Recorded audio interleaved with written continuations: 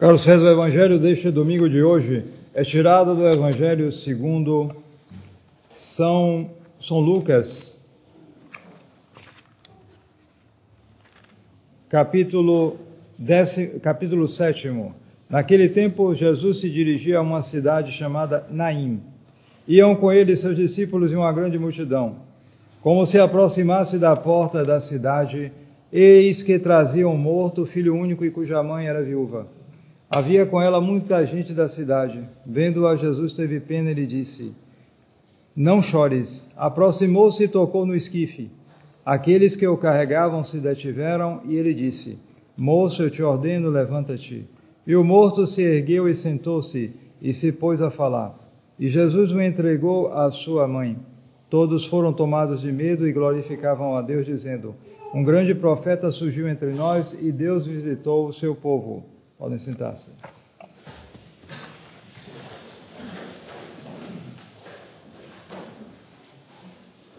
Nós estamos hoje no 15º domingo depois de Pentecostes, terceiro domingo de setembro. Amanhã, dia 19 de setembro, é a festa de Santo Januário, bispo e seus companheiros mártires, bem como é o aniversário da aparição de Nossa Senhora da Santíssima Virgem em La Salete, em 1846. No dia 20 de setembro, terça-feira, é ferial, mas se faz a memória dos santos Eustáquio e seus companheiros mártires. Na quarta-feira é a quarta-feira de Têmporas, mas se comemora a festa de São Mateus, apóstolo e evangelista, festa de segunda classe. Dia 22, quinta-feira, é a festa de São Tomás de Vila Nova, bispo e confessor. A sexta-feira, dia 23, é a sexta-feira das têmporas, e portanto, segunda classe, mas se faz a memória de São Lino, Papa e Mártir. Dia 24, no sábado, é o sábado das têmporas de setembro. O próximo domingo será o 16º domingo depois de Pentecostes. Lembrando que logo depois da Santa Missa, se rezará o texto das intenções do Brasil, em particular pelas eleições próximas. Além disso, se fará a renovação das promessas do batismo de duas pessoas que foram batizadas ontem, 2 adultos, e que hoje também receberão pela primeira vez a Santa Comunhão. Em nome do Pai, e do Filho, e do Espírito Santo. Amém. Então nós temos o episódio, esse breve evangelho, nos conta uma das ressurreições, uma das 3 ressurreições operadas por nosso Senhor Jesus Cristo, que são contadas, porque houve mais, certamente, mas se registram no evangelho apenas 3 delas. E essa ressurreição é a ressurreição do filho da viúva de Naim. Naim é uma cidadezinha lá da região, da Galileia, e que quer dizer formosa, a palavra, porque era uma cidade realmente formosa, bonita. Mas, naquele momento em que nosso Senhor passava lá, uma coisa muito triste ocorria. E por quê? Porque era um féretro, uma pessoa que tinha morrido, mas tinha circunstâncias que tornavam mais doloroso o problema, mais triste. Por quê? Porque, como diz, era o filho adolescente de uma viúva, portanto, era uma pessoa viúva e, portanto, dependia, sobretudo mulher naquele tempo, né? Ela precisava, certamente, do filho, que era filho único, para completar. Só tinha um filho. E precisava, então, era o futuro dela. Esse filho já estava na adolescência, portanto, já prestes a iniciar, né, sua vida e, portanto, podendo já, eventualmente, ajudar sua mãe. E ele morre. Então, a mãe estava realmente numa situação de grande tristeza. Mas o fato é que nosso Senhor tem compaixão dela. O termo aqui melhor, aqui está traduzido pena, mas na verdade ele teve misericórdia dela. Assim como nosso Senhor teve misericórdia dos que o seguiam e fez a multiplicação dos pães, assim também aqui agora ele tem misericórdia dessa viúva, que está ali chorando a morte do seu filho. E ele se aproxima, ela não pediu nada. Ele se aproxima e opera o grande milagre da ressurreição. Então note bem, a primeira coisa é essa: nosso Senhor fez um milagre para mostrar que tem o poder sobre a morte. Essa é a primeira coisa, sim, certamente. Mas também é saliente que ele teve misericórdia daquela pessoa que sofria com essa miséria da natureza humana, fruto do pecado original, que é a morte. E a pessoa nem pediu nada, ele se moveu a ter misericórdia. É verdade que nosso Senhor Jesus Cristo pode ter misericórdia, ou seja, se inclinar sobre uma miséria, sem necessidade da nossa cooperação, como foi o caso aí da viúva de Naim. Porém, é verdade também que nossas disposições podem atrair essa misericórdia, é sempre isso. É preciso insistir isso nos tempos de hoje, em que a noção de misericórdia foi completamente desvirtuada. A misericórdia se torna quase uma exigência nossa. Nós exigimos a misericórdia de Deus. Nós achamos que essa misericórdia é algo automático. É Deus, é bondoso, é misericordioso, ponto final. Eu faço o que eu quero. Isso é uma cegueira das piores, né? Porque se a misericórdia se inclinar sobre a miséria, então supõe a miséria nossa. Então nós temos que pedir a nosso Senhor, pedir e nos humilhar diante dele, exatamente mostrando nossa miséria.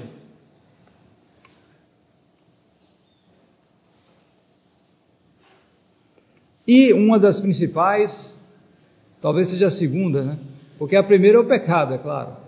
Mas o castigo do pecado é a morte. Então, nós devemos meditar um pouco. Esse evangelho aí, ele insiste particularmente sobre esse ponto, a morte.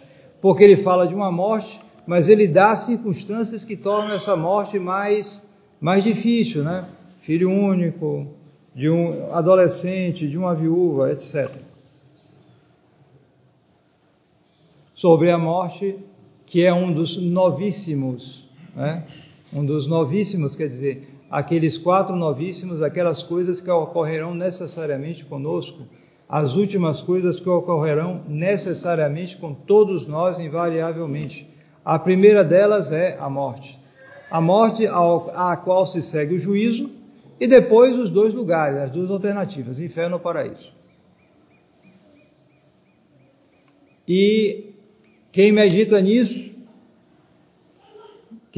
nisso se salva, tem muito mais facilidade de se salvar, porque vai mudar de vida, se dará conta dessas coisas, da importância disso, e poderá mais facilmente mudar de vida. Então nós, sobre esse primeiro novíssimo, algumas considerações, ou seja, as coisas que nós sabemos, o que é certo, e as coisas que nós não sabemos, o que não é certo, sobre a morte.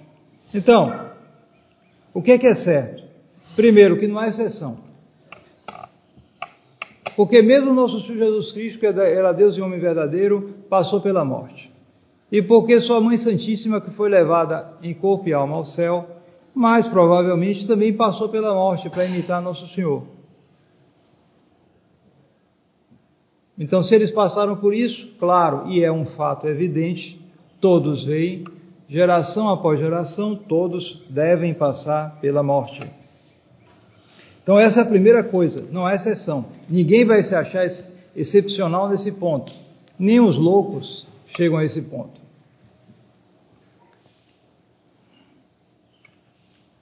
Depois, esse ponto é atacado.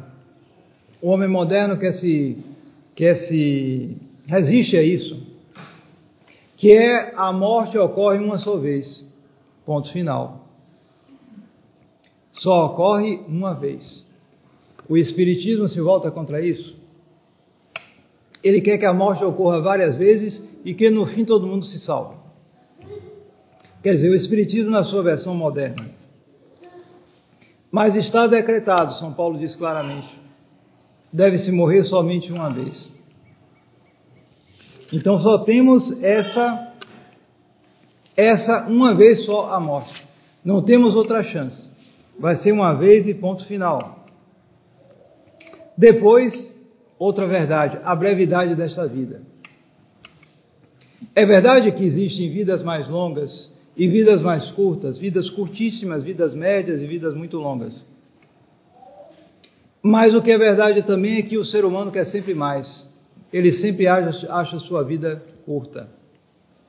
E quando ocorre que ele alcance uma vida muito longa, se ele chegar aos 100 anos, que é muito raro, o que é que resta para ele? Nada, pouca coisa.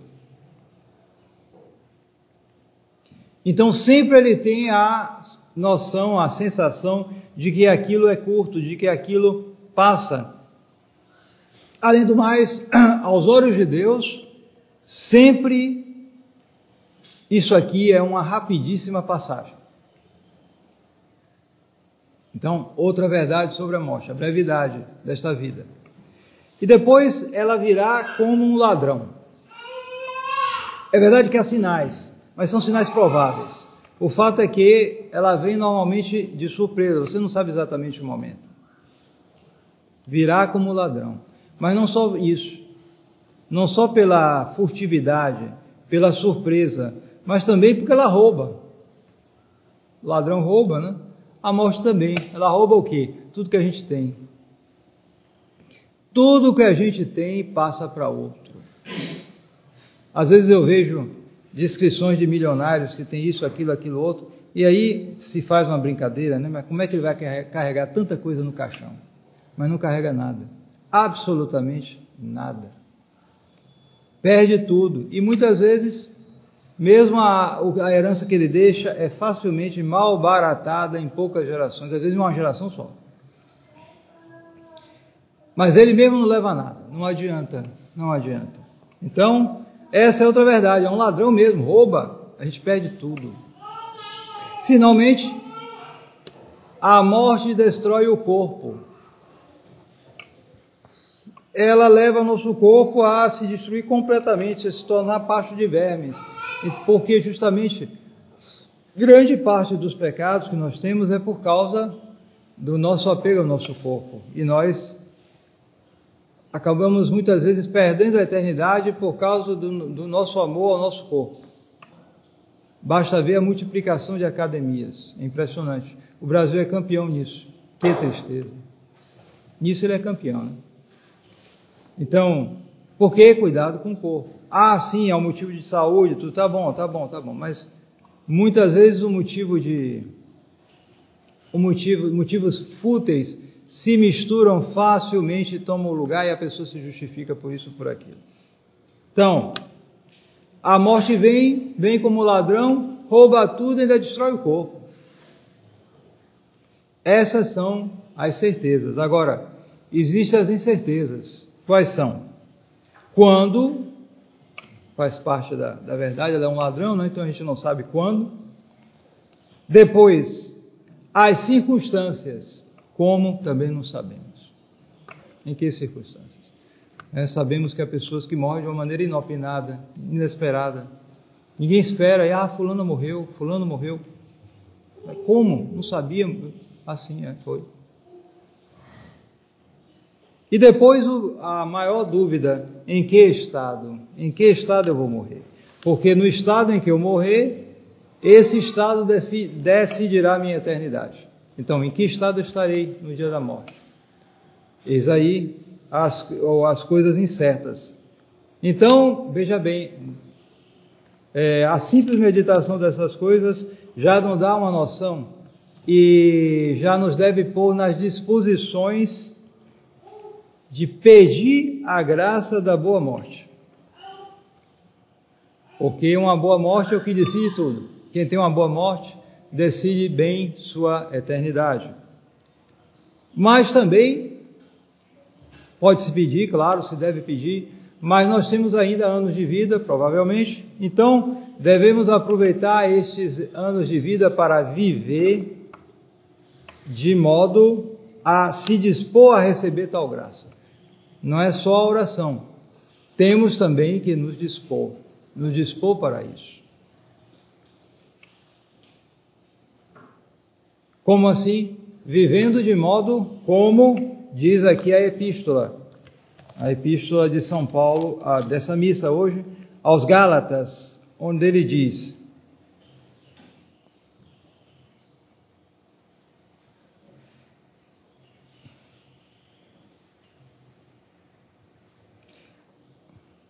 não vos enganeis, não se brinca com Deus.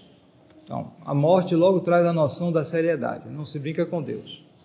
A gente colhe aquilo que semeia. O que semear na carne, colherá da carne a corrupção.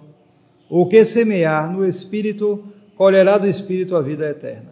Então, não nos cansemos de fazer o bem, é o que diz o apóstolo em conclusão a isso. Não nos cansemos de fazer o bem, para que nós possamos merecer a boa morte, porque a boa morte significa a perseverança final, e a perseverança final nós não podemos merecer, Deus é que nos concede. Então, aproveitemos enquanto temos tempo, para que nosso Senhor também toque no nosso esquife, o esquife da nossa alma, que muitas vezes está morta. Nosso corpo não, mas a alma muitas vezes está assim, no estado de pecado mortal. Então, que nosso Senhor tenha misericórdia de nós e possa tocar no nosso esquife, fazer com que nós nos convertamos e entremos nesse caminho de uma boa vida que atrai a boa morte. Em nome do Pai, e do Filho, e do Espírito Santo. Amém.